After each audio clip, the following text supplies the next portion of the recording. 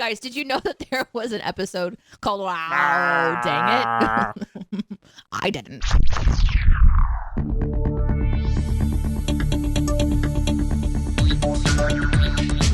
Captain's Pod, Stardate 612222.1. Welcome aboard the Starship's Enterprise, and thank you for joining us as we take a brief shore leave from the world of CinemaSins to explore the universe of Star Trek. I am your Captain Ian Whittington, and with me as always, she broke Warp 10 and immediately turned into a lizard. It's Ambassador Deneé. Yes! Oh. That's my lizard licking sound. No, you can't talk. It's lizard licking the entire episode. That's all it is. The entire episode. Hello, Captain Whittington. Hello, Ambassador Deneé. You have beamed away from England and you are back in America. I am in America, where I belong. How did it feel to take a 12-hour transporter beam trip? Oh my God. I've never thought I was going to make such a ruckus. That's not true. I've thought about making a ruckus many times. No. The line was, it felt really important. It was one of the most important lines I've ever been in. Like that immigration customs line is no joke. It is intense. It's like, so there was this one moment, we had been in line for 2 hours. We finally made it to the very front where the attendant tells you which line to go stand in and to be seen by the officer. Mm-hmm. So you're almost done. You have to go in the final queue, so and there's only like 5 people in front of you instead of 500 or whatever. And the people that were directly behind me were just bitching, like really loudly. Oh. How can they? How are they sending people into lines when there's no one even here and this one's empty and blah blah blah? What are we even supposed to do? They've been pretty loud before, but they were really loud.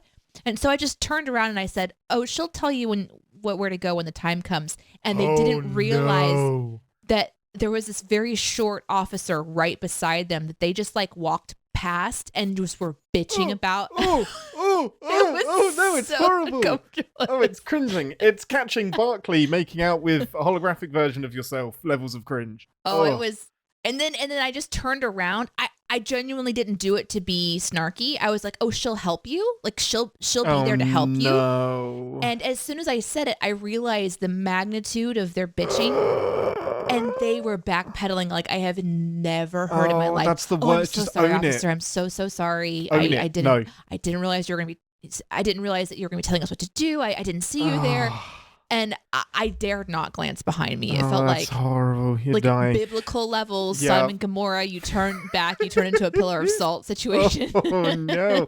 Because the immediate thing is to say, "I'm so sorry, I didn't realize you were there." No, that's not the thing to apologize for. That's saying, "I'm sorry, I got caught." Yeah.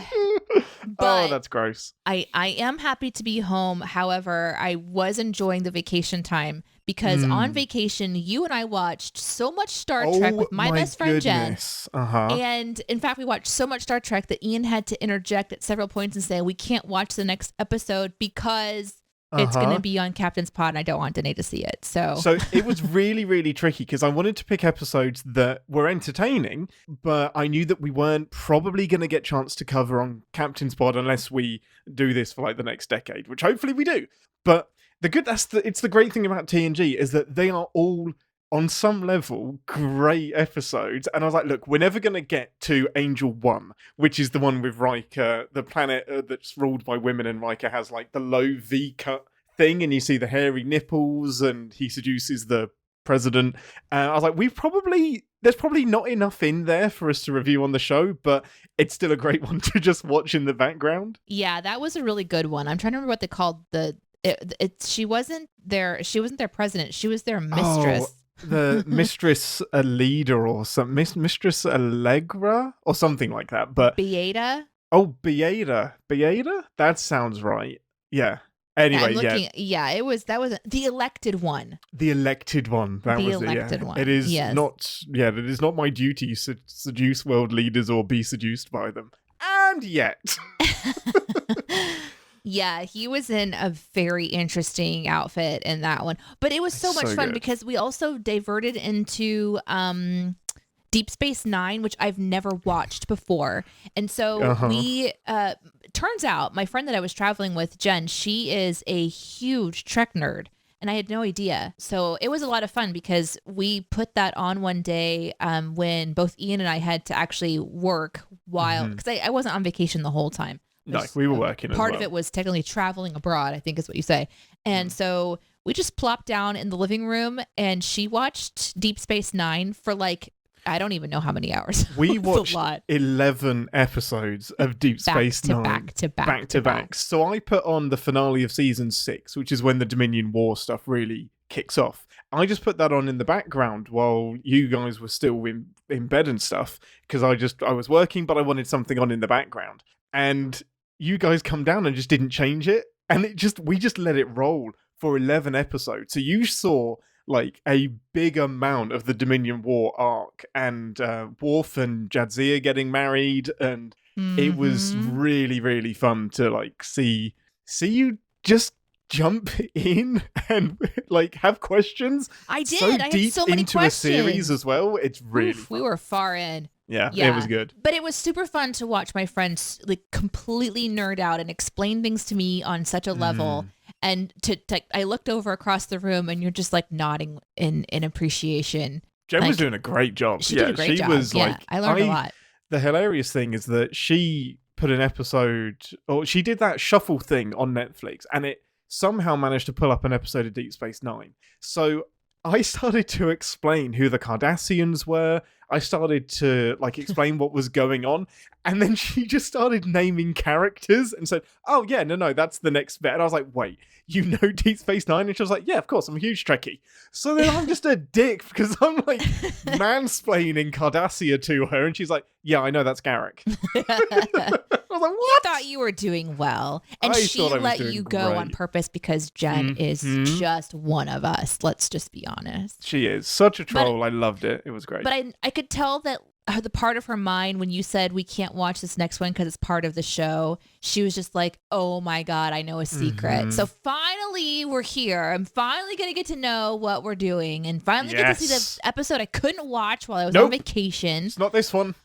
That's in a couple of weeks, but I know it's coming soon. However, so last week in the podcast feed would have been data lore. We are going to continue the data lore theme. And this episode is called Brothers. This is Star Trek TNG Season 4, Episode 3.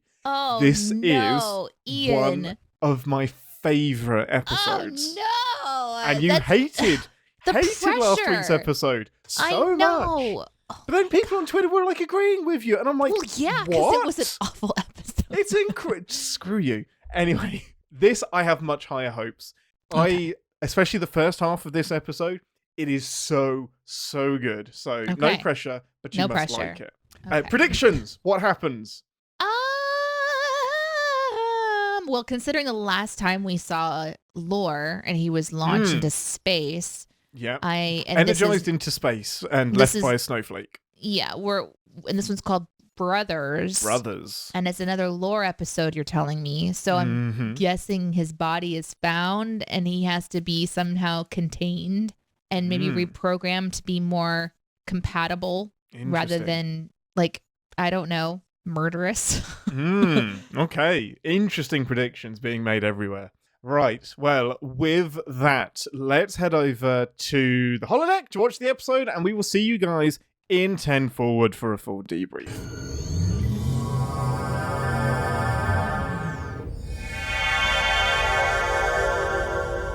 Welcome to 10 Forward, the part of the show where we grab a drink from the replicator and share our immediate thoughts and feelings on the episode we just watched. Ambassador, what would you like from the replicator? Oh, I don't want that berry. Oh, that's exactly what I was going to replicate. What was the berry called again? I don't want the deadly berry that almost killed a child. Yeah, it was like a gloopaloop berry, and you get pissed off and you immediately run away and start eating berries. That's just what happened. God damn it, Willie Potts. Don't eat stuff out of the woods. This is what happens when you get named after Will Riker. You just eat random shit in the woods. Right, okay. This week we are covering Season 4, Episode 3 of Star Trek The Next Generation. And as Data hijacks the USS Enterprise, much to the chagrin of Captain Picard and the rest of his crew, Willie Potts is put in danger as he is Willie Potts. He has consumed a life-threatening berry. What is Data doing by kidnapping the ship? Where is he taking it? What is this strange planet, and who is the old man that has summoned him, and will the child survive? Immediate thoughts and feelings, Ambassador, on this Deneé. Considering how much you hated last week's episode, I was trepidatious about continuing the lore episodes. But what did you think? Okay.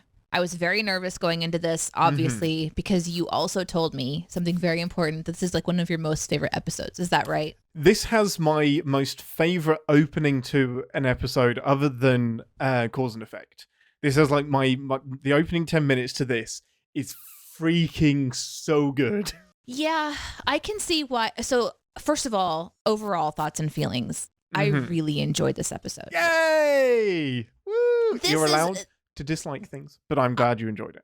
I feel I'm bummed at the beginning of the lore story because last week's episode where we covered like the first time we see lore, if you listen to the episode, as I'm sure you have, I didn't like it.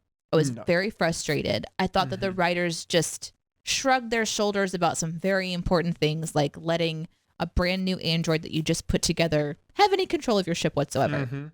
But then here on this episode, we also have to ask the question why we have Data having any kind of power at all. Is so fucking OP. He just completely takes over the Enterprise, and I don't remember having ever seen this episode, but you know, Data's scary. I've been scared of Data. This proves that he's scary. He should not be allowed on any ship.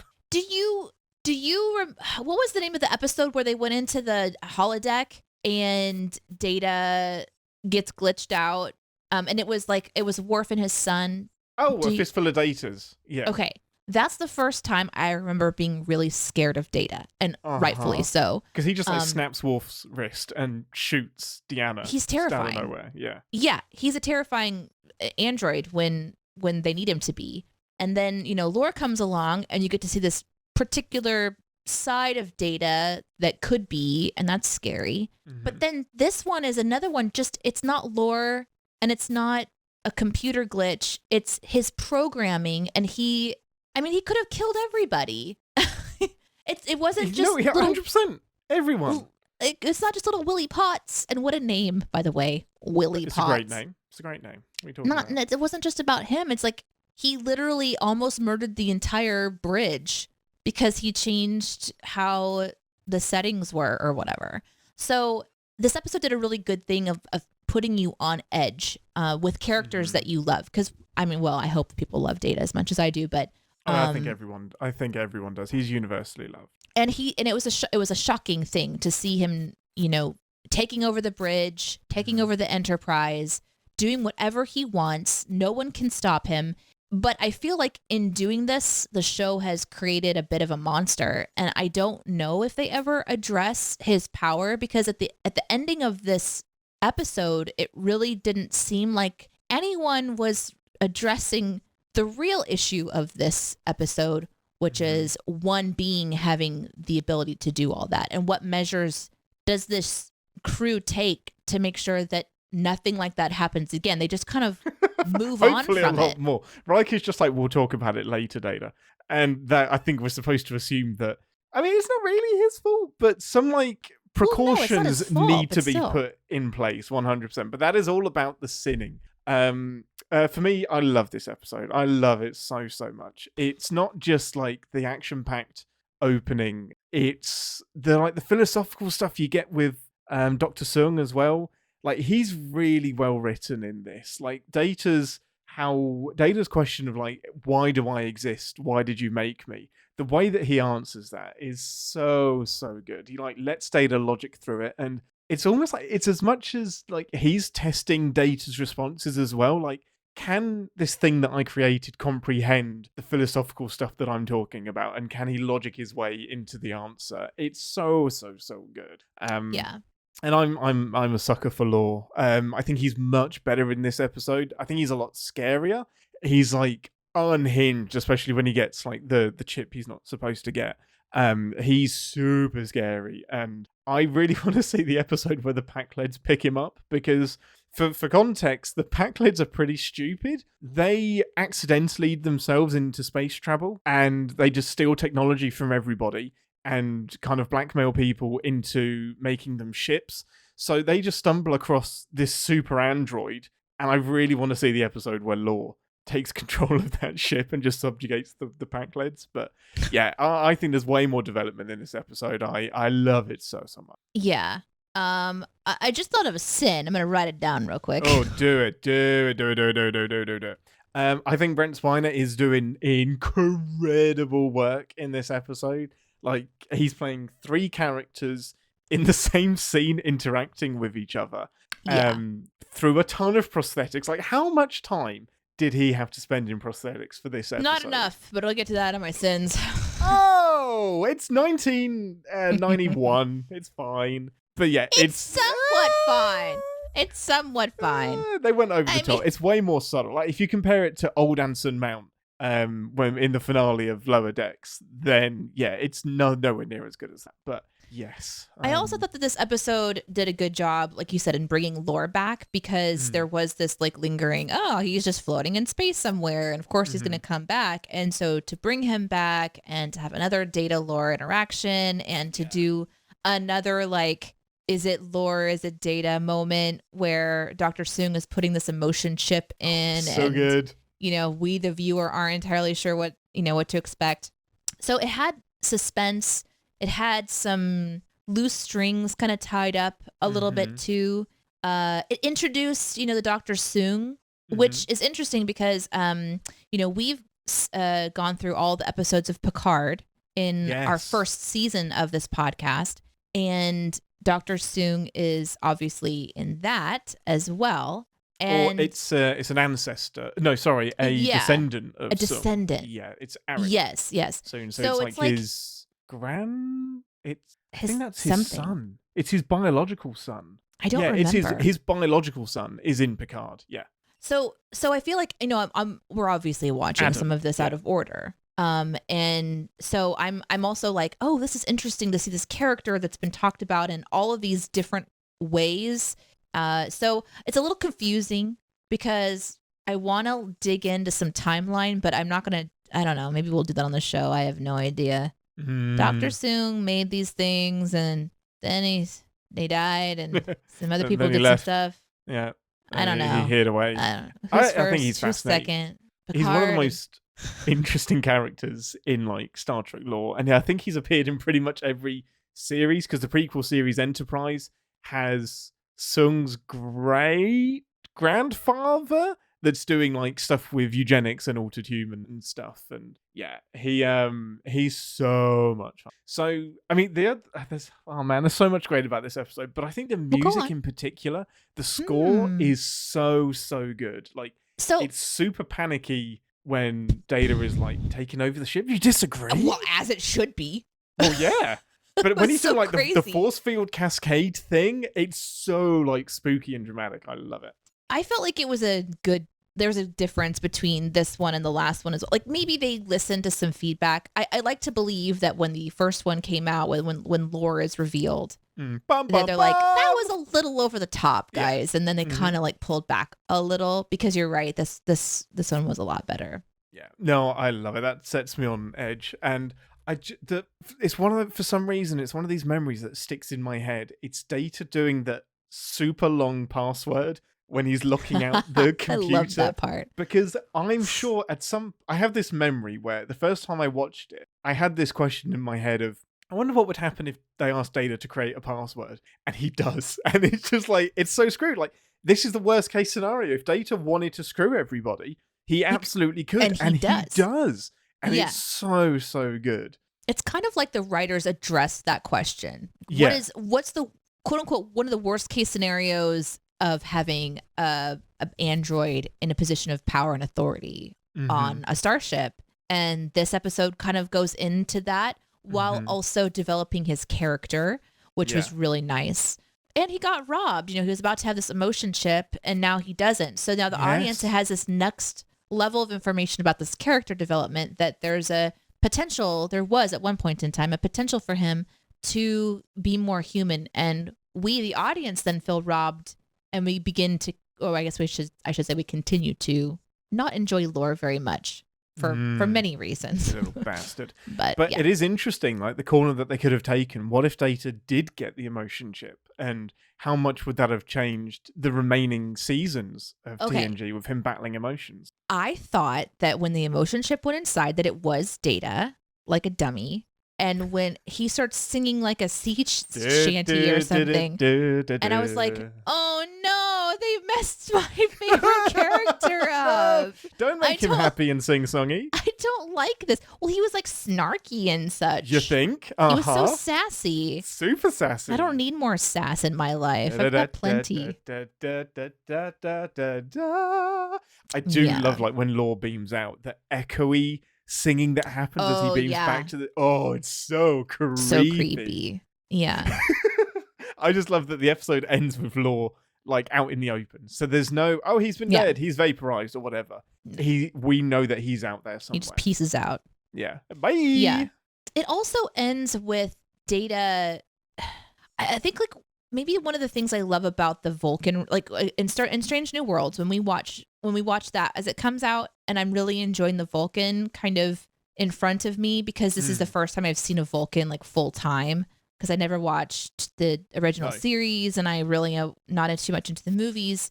So seeing the Vulcan like on screen all the time is sort of computer-esque in an emotionless way or whatever.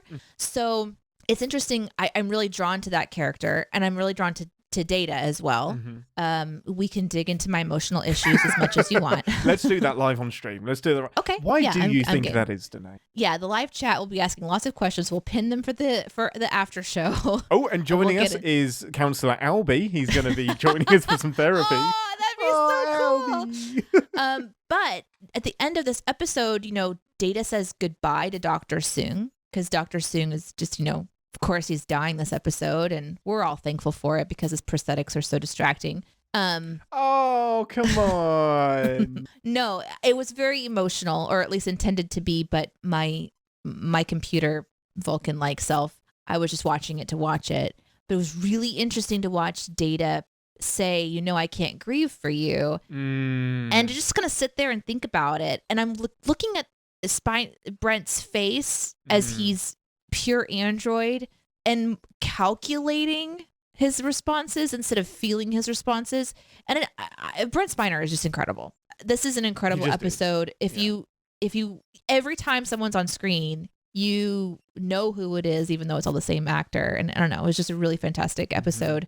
But I really enjoyed that part of him processing in Data's way the loss of Dr. Soong. I mean, on the processing side, just him repeating, I am not less perfect than Lore. Just getting into like his own little feedback loop. Right. It's like that's such a huge point, because what? It's like people who like repeat affirmations in the mirror. Yes. You are a strong and powerful man. You can do this. You're gonna kick some ass. It's just great because ever since, like, Data has lived with the lie that Lore said, which was that Data was created to be a dumber version of Lore to make the colonists feel better. And then to get that affirmation from your father that, no, you were just made differently because the first android was fucking scary and you were just made different, like, that's huge. It's like, no, it wasn't what he thought. It must be so validating. And, like, I wouldn't have even thought to put that into this episode. It's such a great callback. But is Data the validating kind of character, or is it just more data that he's trying to put into his sequence of what he processes? Because that comes down to emotions, doesn't it? Like, he shouldn't feel hurt by it. It's no, and he's not. But the thing that bothers me, and maybe this will transition us towards the sins at some point, is like Data almost naively accepts Lore so quickly. Like, he's like, "Oh, you were lying." I'm like, "Fucking duh, Data." Like, how is that not part of your processing, that everything that comes out of your brother's mouth? But he does redeem it by saying, I don't quite believe you. So I think that him repeating that is more like him trying to undo code and like reinsert code that's new, because he was sort of defining his hierarchy. Yeah. No, that makes a lot of sense. Based on what Lore said. I don't know.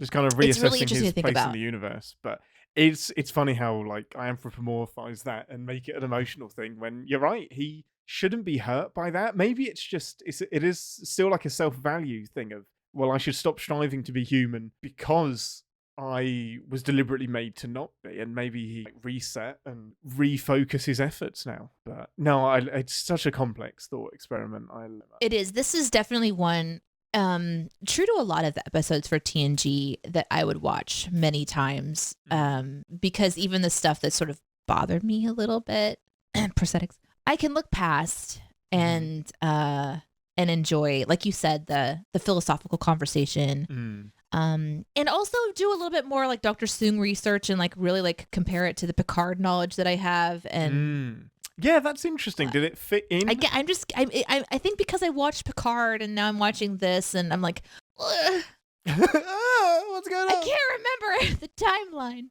but it doesn't really matter too much. Well, Picard is 30 years after this. Right. I think. Yeah, that makes sense.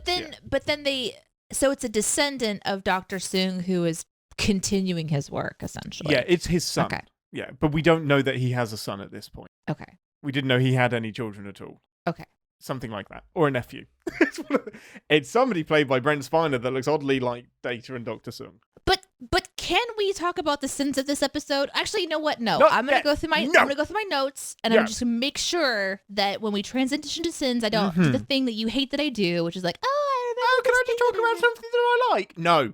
I have. This is another one on how great an actor Brent Spiner is, and I can't put my finger on exactly how he does it, but it's the dead eye stare when Data's programming like gets taken over by the homing device.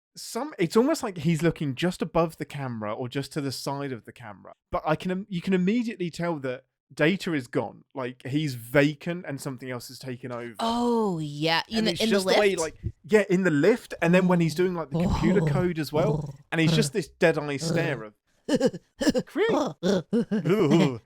cascade hologram program, force field program, and just like divert all of the power systems to the bridge, and then lock out Captain Picard, and everything is so like matter of fact, and it's so good. It's such a subtle change to how Data usually speaks. I love Brent Spiner. He's so good. So freaking good. Okay, give us your final good thoughts before we start sending some shit.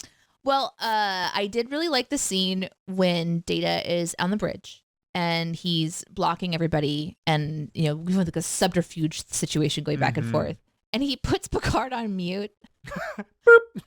I love that so much. I don't know why. You just like no one muting puts Picard people. on mute. Data does. But also, we get to see this really cool editing situation where Picard's voice is coming out of Data's mouth. Don't they do an incredible job of that? It was so good. So good. Like that's It's usually a bit hammy, but they did a great job. And they even do it again closer up. So they had to get the cadence just perfect. And I don't know how many times they had to practice that, but they did such a good job. And it reminds me a bit of our outtakes for CinemaSins. Like we try to line up something else coming out of someone else's mouth and kind of mash things up. It's like the most serious outtake level that you can get to is that. It was so even his little head twitches, as it looks like Data's trying to do a British accent just based on his like head twitching. And the cascade force field sequence. How good was that? That's how you use force fields. Cool. Like I love fucking cool. So there's another episode we watched while you were visiting called dang it, The Hunted. And this Guys, did you know that there was an episode called Wow, dang it? I didn't. This is when the super soldier gets tries to elude the Enterprise and then escapes from the transporter beam and then runs through the ship and doing like little traps and stuff and tries to die hard his way off of the ship. Like I love seeing this. Like, how can I use the Enterprise to help me escape, and how can I like trap people? And it's some of my favorite episodes are doing that stuff. And Data, he's so clever, and they use his knowledge so well in this. Oh yeah, so good. Like what you were saying with the password thing. I'll hit that again because that was so. Not only was it entertaining because it kept going on and on and on. Long. It was so long. Like that is exactly how long you'd make it. But part of me believes that in the past, there is some Star Trek nerd that actually made that their password. You know what I mean? Like that's next level. It's incredible. It's so good. Right. Is that it? Can we start sinning? I know you're ready for it. I'm trying to do a good thing and make sure that I've got through my notes. Isn't this what you want? A thorough conversation thorough about praising. TNG Star Trek? Yeah. Captain? Aren't you glad that I'm doing my job? Red alert. Sir? Red alert. The problem is that I was writing a lot of what they said down so that I could like kind of process it. So I have What, the technobabble? I have written out. No, I can't write the technobabble fast enough. Don't bother Unfortunately, with that. The actors couldn't remember that stuff. No, it was like the conversation with Dr. Soong and Data, and I'm just like I'm writing it as fast as I possibly can. Like the whole conversation, like why did you create me, and then why is this household, and then humans have to live in continuity to give them purpose. And I wrote down parts of that entire exchange. Mm-hmm. So I'm having to now read through it and realize I didn't have anything. Exchange. I didn't have a thought about it. I just wrote it all down. He's given a ton of examples of why, like asking why he created Data is like, well, why do people have children? And yeah, why do we do Because anything? We're selfish? Because we're here. Yes, that is the number one reason to have kids. Because I like that Data said humans need continuity to give them purpose. I think I'm going to have to think about that for a while. This episode made me think, what is my purpose in life? Like, what am I doing with my life? And am I doing what I should be doing? Yeah. And why do I suddenly want to have these deep thoughts after watching this episode? So, yay. I think that's probably a plus. Climb mountains. Why do anything? Hopefully it's to create joy. Hopefully make something worthwhile. It's tricky because we didn't ask to be here, and yet we are, and here we are doing things. Just got way deeper than we ever thought it would. Let's just move on to the sins, and can I just start us off, please, and talk about this prosthetic issue that I had? With that, it's time to head to engineering for ReSINstance is Futile. Battle stations, everyone. Warning. Warp core collapse in 10 seconds. This is the part of the show where we re-engage our sin brains and remind ourselves that no TV shows without sin, even our beloved Star Trek. Go on, Deneé, tell us about the rubbish prosthetics. Listen, I don't mind that old people look like old people or exist. Wow. Define old. Tell me exactly what age you're thinking. I didn't say that. You said that, not me. You didn't tell me no. No, I was so distracted by the double lip situation. Oh, okay. Yeah, I did notice that. That's pretty... It's like Worf's. Have you ever seen Worf's double nose? Where No. I'm going to ruin it for you. So when you see a close-up of Worf... No, don't ruin just Worf. above the nostrils, you can see where his prosthetic joins his actual nose, and you can see it. Yeah, that'll ruin Worf for you. Sorry. So this one had the double lip prosthetic situation going on. And because we had so many close-ups of Dr. Soong, it was all I could look at. This is me. I'm listening to what they're saying. I'm free typing, just mindless. Whatever they said, I'm just typing. But all I'm staring at is the double lip the whole time. Sorry. I just think that there's a better way. Maybe did they not have the ability to blend it into his actual lip? Why does Dr. Soong have to have like a weird lip thing going on? I don't know. It happens with age. Your skin doesn't do things anymore, and it loses some of its elasticity. Have you ever seen an old person with two upper lips? Yes, I have in season 4, episode 3 of Star Trek: The Next Generation. Come on, it happened. Oh my god! I actually got Brent Spiner's grandfather to come in and to play that part. There were no prosthetics. God, it was so distracting. I couldn't take it seriously, and also he had the most disgusting situation going on. Like, because he's old. I get it. Our teeth do funky shit as we get older. They get different colors. They smell, I guess, which is probably more of our gums than it is our teeth, technically. Yeah. But Dr. Soong's teeth, his actual teeth, must have smelled like a garbage dump because they packed on. They did the thing where they were just like, this person woke up this morning and ate 3 egg sandwiches on really soft white bread and then didn't brush they just mashed it into their teeth and didn't brush, didn't pick it out, not bothering with any of that stuff. And we're going to then drank some tea to turn it sort of a brown color, and then like just went in for some funky fucking cheese. And then we're going to zoom in slowly to the teeth area with a double lip and teeth that are designed in a garbage dump. And that's what I had to look at. So it was difficult for me to enjoy the philosophical conversation happening on screen when I was absolutely disgusted by the old man. And that is my sin. That's one of my sins for this episode that I would probably not be able to let down. I couldn't let it go. There is teeth talk with Deneé Hughes. Should you wish to hear any more, she will now have a weekly orthodontry podcast. Doesn't matter how old he is. This is the future where we could just walk into sonic showers and shit. Yeah, but he's been living on a planet on his own, just trying to build robots Let's talk and about shit. that. Okay, I've got more do sins it, here. Do it. Where is he living? On some random ass planet?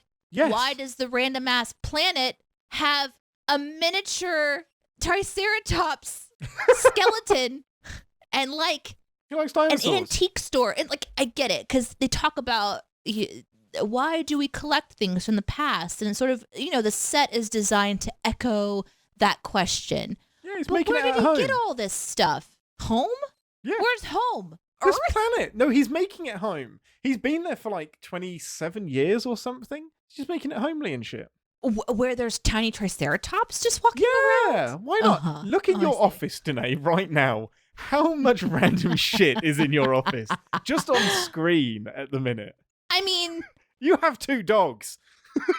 okay, but they're not skeletonized and You put have up on a shelf. You have a tiny toy guitar that hasn't even been taken out of its box in the back corner. Okay, fine, and sure, maybe they're replicated, but why? You think?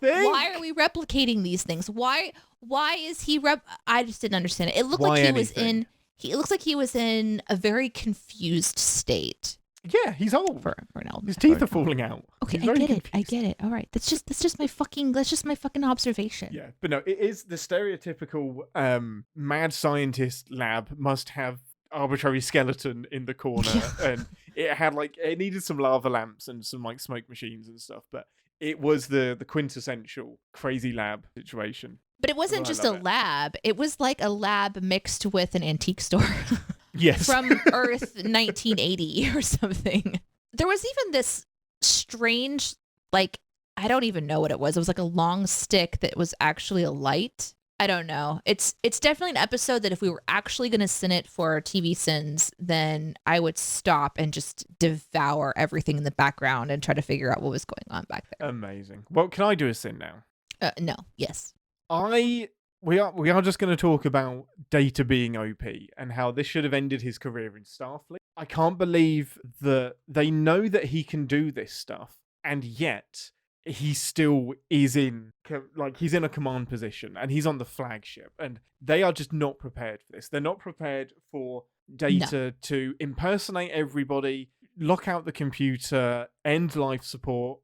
What if he'd kidnapped the ship and just destroyed Earth and just destroyed Mars or something? Like, they're not ready for all of the shit that Data can do. They aren't prepared. And we still don't know if they've stopped any of this from being able to happen again. It is absolutely wild that Data can do all of this stuff. It's a serious issue. This is like Super serious. the biggest security breach I've ever seen on TNG. Mhm. And as you guys know, I know everything about Star Trek. So Because this you is think the like even Data would like consensually say, yeah, I'm gonna like create some protocols where we aren't gonna do this. Because he is a good guy. Like, he should voluntarily say, I've just realized there's some shit I can do, guys. You need to make sure I don't ever do this. yeah, this is bad. Like, Yeah. and to that point, there's even mention, of like the off switch that he has. Like, I'm sure he has an off switch, but it came into play last episode and it was supposed to be a secret. But then Riker uses it this episode to turn him on, and I'm like, did they just have a meeting about that after last? And like, When Law took the place of Data, he did tell everybody about the off switch. 'Cause Okay. He explained that that's how he deactivated Law. Okay. / Data. so So I they would are receive aware. that comment on my sin script, and I would volley back with, okay, but. Yes, continue. The next sin of that moment is, how are they finding Data? So Lord, he, takes Data out, sticks him in a closet, puts his own clothes back on him. I mean, I guess thanks for that, but puts the lore clothes on Data. Yes, instead of leaving him naked. They have no idea that that's actually Data.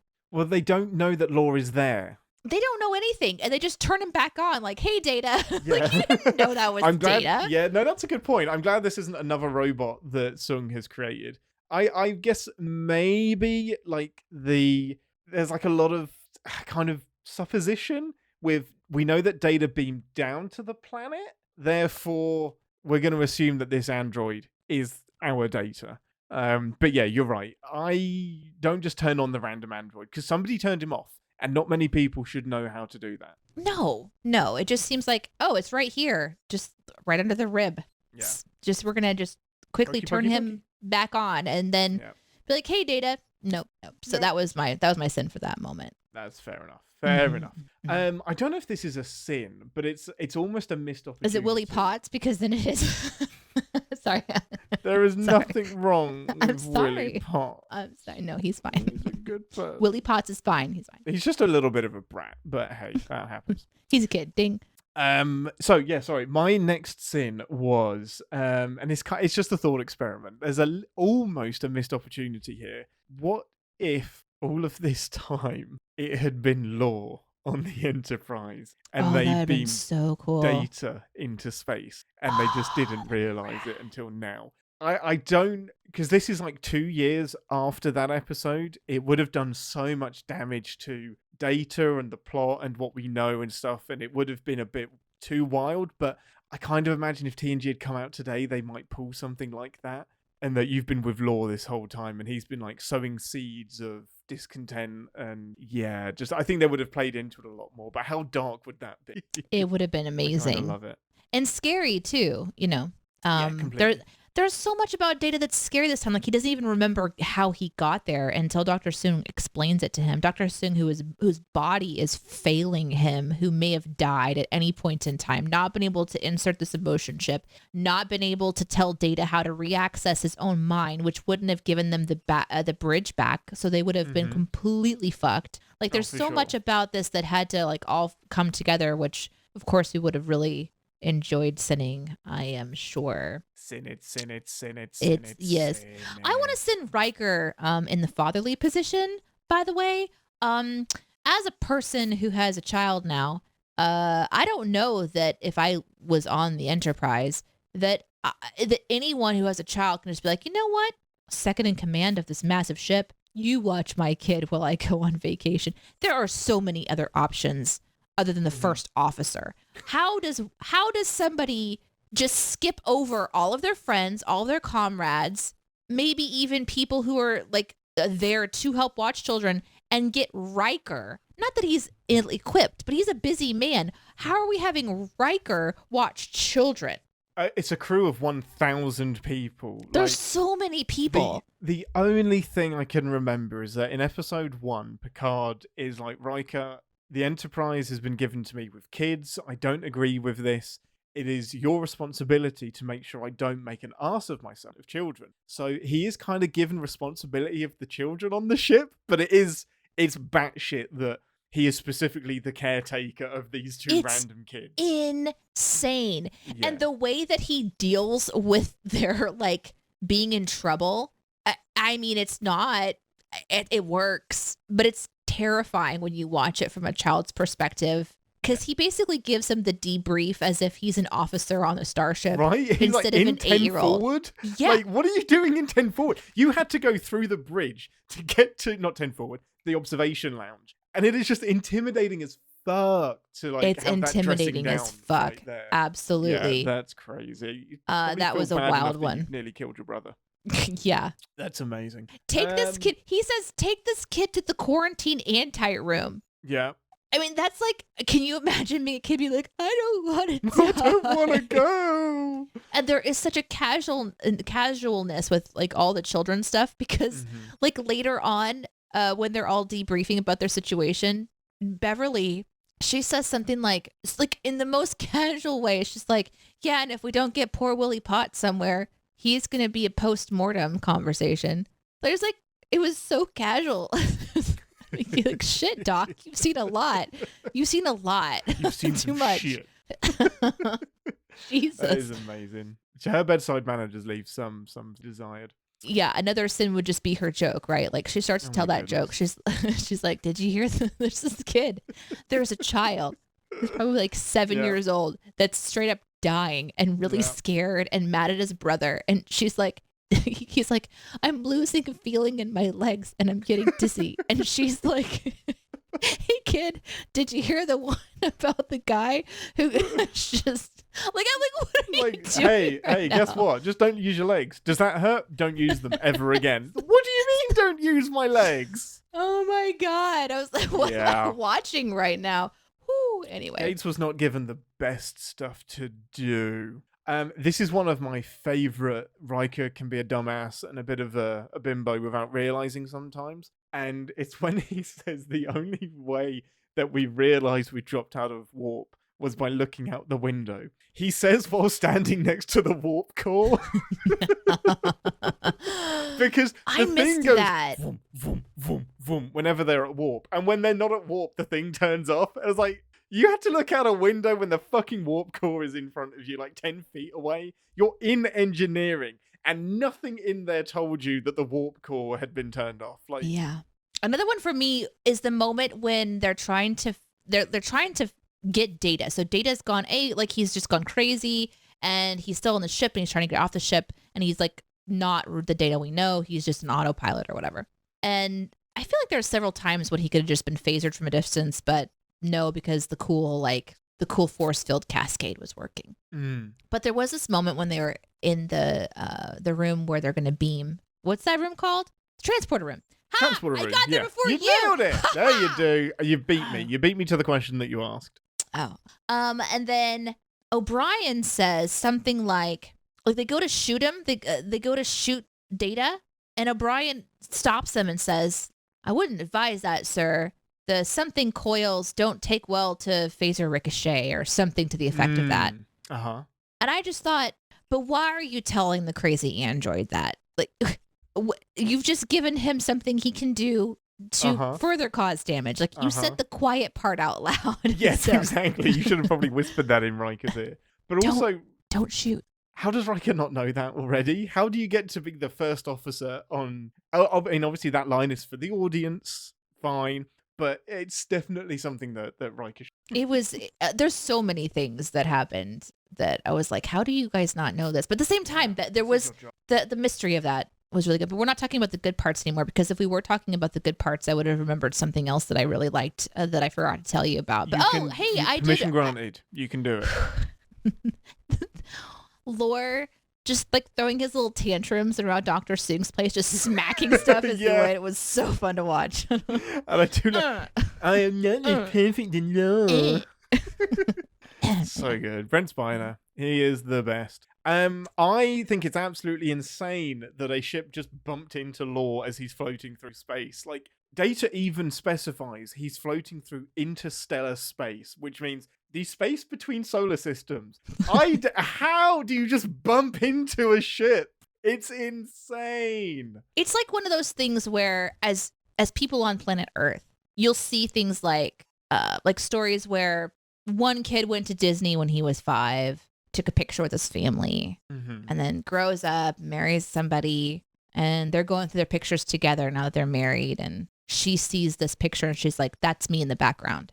And they realize that they were like within 15 feet of each other when they were both like 5 years old. Yeah. And they're in a family picture together in this random sequence of events. We know from experience that the craziest shit happens, but we're contained on Earth. Yes. We only have so many places to go. One planet, that's it. The entire galaxy, and a ship bumps into it. It's just stupid. It's so dumb. It's amazing. Anything else, Ambassador? Did I talk about the teeth yet? Yeah. No, you didn't. You didn't mention that, not once. Oh, okay. I do wanna say it was really, I didn't mind seeing Lore stop at the door when Dr. Soong says he's dying. And I didn't mind like the seemingly genuine concern and care and emotion that Lore was showing, because he is kind of like more human-esque in that way. But I did mind that he was surprised that his very, very, very, very old human father was dying. Like, it seems he's like, you're not dying. It's like, he's 100 or whatever. Yeah, Like, he's a bajillion years old. He is. This is like, if this is an outtake, it's Princess Bride level. You know, it's the old man in the castle, whatever that guy's name was, right? This is that. He's old. You should not be surprised. You should be like, oh yeah, it makes sense you're dying because you're an old man.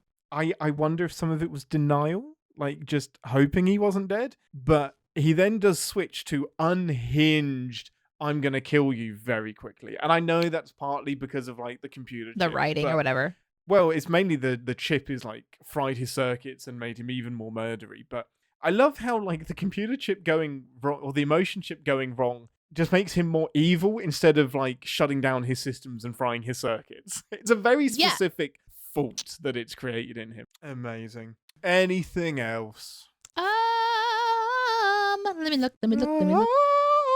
Have I talked about the lips yet? The double lip situation? No, you didn't mention that. No. Okay. Have we talked about Willy Potts? No, yeah, we did mention that you hate kids, and old people. You've covered everything. Do you think it was sinful that Lore was disassembled and then reassembled, but still somehow has this homing beacon that was activated for Data, but it also activated Lore? Is that sinful, or does that make sense to you? No, it is strange that this is just a blanket homing signal that attracts both. Like, okay, because they're identical except for programming. But they're not. Programming is the only difference between them. There's nothing else.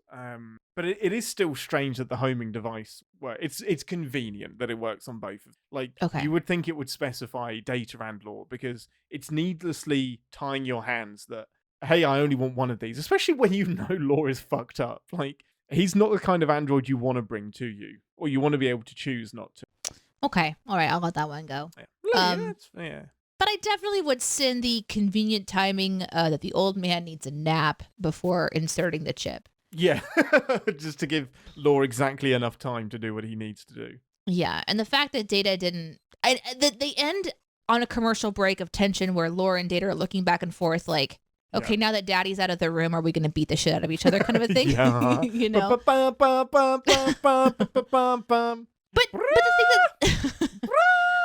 the thing that bothers me is that Dr. Soong literally says the procedure is quite simple, but then he's like, but I need a nap. I'll do it later. Yeah. Kind of bothered me, though. Got a drama. My biggest one is that he just didn't need to die, really. Like, there's no need, other than we don't want to deal with him. Just beam him up. Like, they shouldn't even accept that. I guess if somebody wants to die in their living room, that's where you let them die. But he had so much more work to do. He's obviously working on something. Yeah. It does seem strange. I feel like I want to send this. Dr. Soong says something about like, feelings are funny things, and you may even learn to understand your evil brother and forgive him. But to me, it's like forgiveness is sort of like an emotional thing. And Data isn't. He's just not driven by that. Forgiveness can be factual because it's like until you forgive somebody, that has like consequences, doesn't it? So you have done this evil thing, and therefore I will not trust you. And then maybe to Data, forgiveness is giving him another chance and seeing if they can interact. Because if he resigns himself to the fact that Lore is evil, he can't have a relationship with him, and it's all about dismantling him in a box. But if he can forgive his sins, then they can find a way to work together. On a practical level, I think that's what it would mean for Data. But yeah, for us, forgiveness is very emotional. Yeah, I guess I can see your point. What bugs me is Data just like when Deanna says that it's about you forgive your family or whatever, or Beverly says you forgive your family. Yeah. It's the little smile that Data gives. I was like, no, he just killed your dad. Don't smile so quickly. That is one of probably my biggest sin, besides the lip prosthetic, is she says they're brothers, brothers forgive Data. And I don't, there are some things that you don't look past. And an android that is so ambitious that he murders people. Yeah.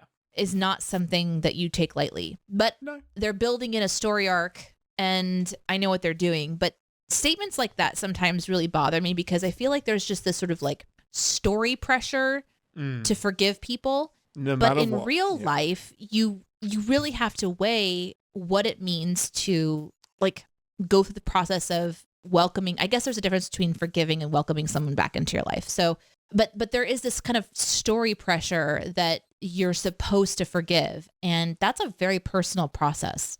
And there's certain people and certain things that you just kind of don't, I don't know. Dr. Soong was super casual. He's like, I'll get to you later. You weren't a priority to me. So I disassembled you and stuck you over there because you weren't working well. So it's not like we should be seeing Lore as a person necessarily, but maybe that's the point of the show, is that androids are living creatures and they have choice. So I don't know. There's something to unpack there. When we choose something to be sentient and suddenly it's inconvenient that Lore is troublesome and is dangerous, so we'll just turn him off and deal with that later. And it's that tricky line of artificial life, and you can't do that with, well, I guess we do. We put people in prison until they're fixed. But right. It's when it's a robot, it's suddenly okay to just leave them switched off. And they also did this thing in story where they removed so quickly things I think are necessary for the forgiveness process in a way. Like, for example, Dr. Soong, in my opinion, did not have to die this episode. That's just pressure on the story to like end the chance of Data getting this chip, this emotion chip or whatever. Because he's an old man and he's fragile, but you got a ship. Just beam the dude up there, put him in stasis for a hot minute. Like, and Geordi, he even goes in, he's like, this is Dr. Soong, just by looking at his liver spots. So he's clearly an important figure. Especially 2 years ago when they went to Data's planet, they were like, you don't mean Dr. Noonien Soong, do you? He disappeared. And then suddenly they all know what he... Yeah, it was there's so much I feel like they could have done, but a lot of times writers will just be like, we don't really want to keep the storyline open. We need it to end. And they'll like forcefully move towards an end. Yeah. I don't know. But it's okay. It's okay. At least we have Willy Potts. Any more sins? I'm done. I have one more.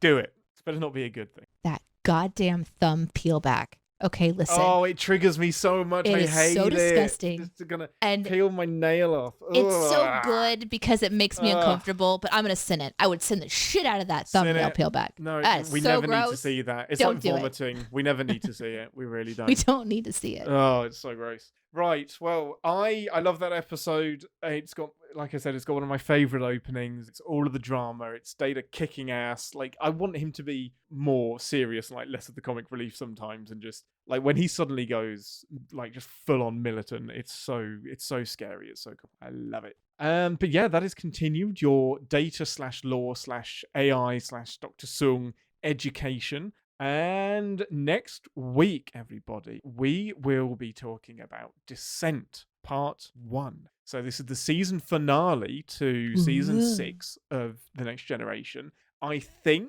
we're going to do Descent Part 1 and then Descent Part 2. I was tempted to do both parts in one episode, but that's an hour and a half. That would basically be reviewing a movie. So I think we're going to break it down and keep it in 2 separate parts and see how it works as a 2-parter as well. So your homework for next week is to watch Descent Part 1. Any final thoughts, Ambassador? Nope. Smashing. Well, thank you for listening, everybody. It's computer. Shut down the Synterprise from me. Authorization code 1734673214776 Charlie 32789777643 Tango 732 Victor 7311788732476789764376436 lock. I went off the ship, so it's initiate cascade force field sequence for me. Amazing, and live long and prosper. Thanks for listening. Want to connect with the show? Our hailing frequencies are always open through captainspod@cinemasins.com. Like, comment, and subscribe on your podcast player of choice, and be sure to visit cinemasins.com. It would take a PC a desktop PC from today 6 vigintillion years to crack that code through sheer brute force. Jesus. Longer than the universe has existed in order to get the right combination. Then what we would absolutely send that. Like, the convenience of that episode wrapping up so that he could get back on the ship is just insane. Oh, it's insane. Yeah. It's a great episode, but it's insane. It's absolutely insane. I love it so much. And one day I will memorize that code. This is the part of the show where we re-engage our sim brains and remind ourselves that no TV show is, well, with... It's not without sin, okay? Okay, we like it. We love Star Trek, but it's not without sin. Did I do good? Here I I've come to save the day. Ba ba ba ba. Mighty Mouse is on the way. Wait, is that from Mighty Mouse? I think so. No, you're probably right. Oh, you said Mighty Mouse, but I thought Danger Mouse. Danger Mouse is completely different. That's true.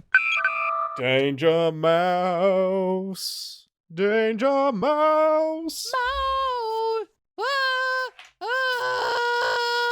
Ah, I have a dragon. That's that. I got you that dragon. Yeah, you did. That's my present to you. Okay, we've got to record this intro. Let's do it. Let's do it. Let's go. I'm ready. I'm not ready. Okay, no, I'm ready. I'm kidding. Trollolol. The fuck is happening to Data? Uh-huh. Oh no, Data, what are you doing there, buddy? This is just audio you can use when you make this podcast later. Oh, what's with the dirt face? That's just my face. Fuck you. Oh, I'm so sorry. I'm so sorry. Oh, that was harsh.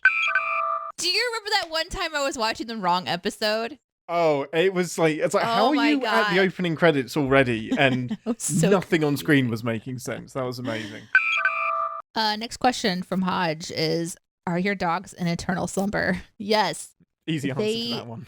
They are twin brothers. I actually thought they had the same mom but different dads, so but my adorable. vet says that they're actually twins, but he has a darker overcoat and this one just has like the basic color, I guess.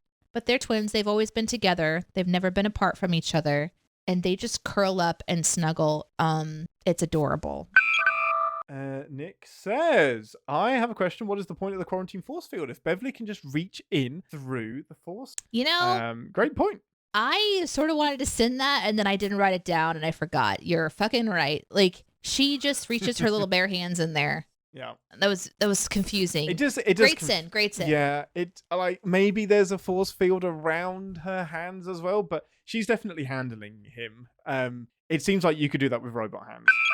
Is there any actor or actress that you would want to join Star Trek? Ooh. Man, Tom Hanks. Bring him in.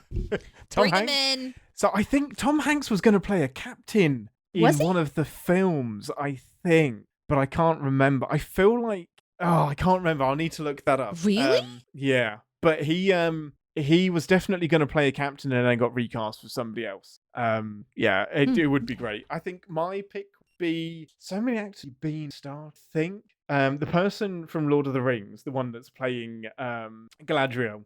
In the Rings of Power, I would love to see her as the captain of a ship. She's so full. She'd be a new Janeway. I love it. The double nose is actually canonical because Klingons have 2 of every major organ. Every major. So That was a that's dick great. joke, Deneé. That's great to think about. Thank you for that. Another one from Nick Jagged. Here's the biggest sin of the episode. Data, who doesn't trust Law at all, is somehow off-screen incapacitated by Law, and we were just supposed to accept that. Yeah, like, I don't know how that happened. Like, he would have had to turn his back on Law. No one's really damaged, so it doesn't look like there was a kerfuffle, but I guess you can't show the fight without giving away. They want to have the reveal that Sung has put the chip into the wrong android. But I kind of think it would have been cool if we knew as well, and we're like screaming at the TV, stop, that's not Data. I agree. This is a really sinful part. The fact that Data didn't immediately turn around and just like phaser stun him is surprising. But maybe he didn't bring his phaser. I know. Well, that was probably deliberate because he was like being hypnotized and whatnot. Question from Knife Fight Elmo. You ever want to see another Tribble episode, or is it too perfect to ever mess with again? After the Deep Space Nine revisit of the Trouble with Tribbles, like that's when Tribble should have ended. It's so good. We didn't need them in the Star Trek Into Darkness movie. I think Tribbles have been done. We don't need to see them anymore. Although if they don't appear in Lower Decks, I will be shocked. Like Tribbles are prime for Lower Decks-ing. So I think they will pop up again. It's possible it could be fun, but I'm not hungry for it. Yeah, I'd be nervous about it. Here's one from Sarah Superior who says or asks, if you were allowed to be in an episode of any Star Trek series, which would you choose and what character would you be? I would certainly choose Strange New Worlds because that means it'd be happening soon. Yes. Oh my goodness. Yes. And their costume design is something that I would definitely like. okay, let's just pretend that we're being watched by like some major Star Trek executives right now, which, hi. Hi, guys. Welcome. So just, Welcome to the show. I would like for you to plug your ears for a second. I would steal the clothing. I would steal it. You're not I would allowed. break contract like a rebellious person that I am. Okay, now the executives, you can unplug your ears. So I would respect the space very much. And I mean, obviously, I would bring so much to the screen. You guys don't even know. I don't know what kind of character I would play, though. Probably something pretty quirky. Or they would be like, give me the silent role, and I would be just inside some weird space costume in the background in like 10 Forward or something. Yeah. So, but I would do anything to be on the Star Trek set.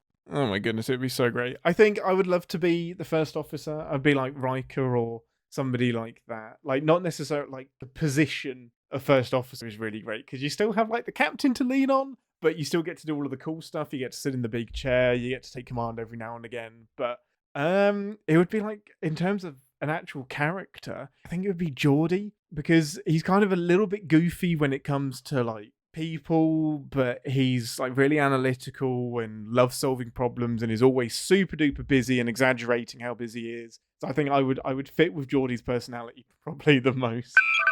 Who is the funniest Star Trek character? I think Hemmer was hilarious, personally. Hemmer's great. Just his deadpan delivery is so good. I love Hemmer. But, it's also Worf for me. Just some of his lines. Yeah. Just, good tea, nice house. His line delivery is great.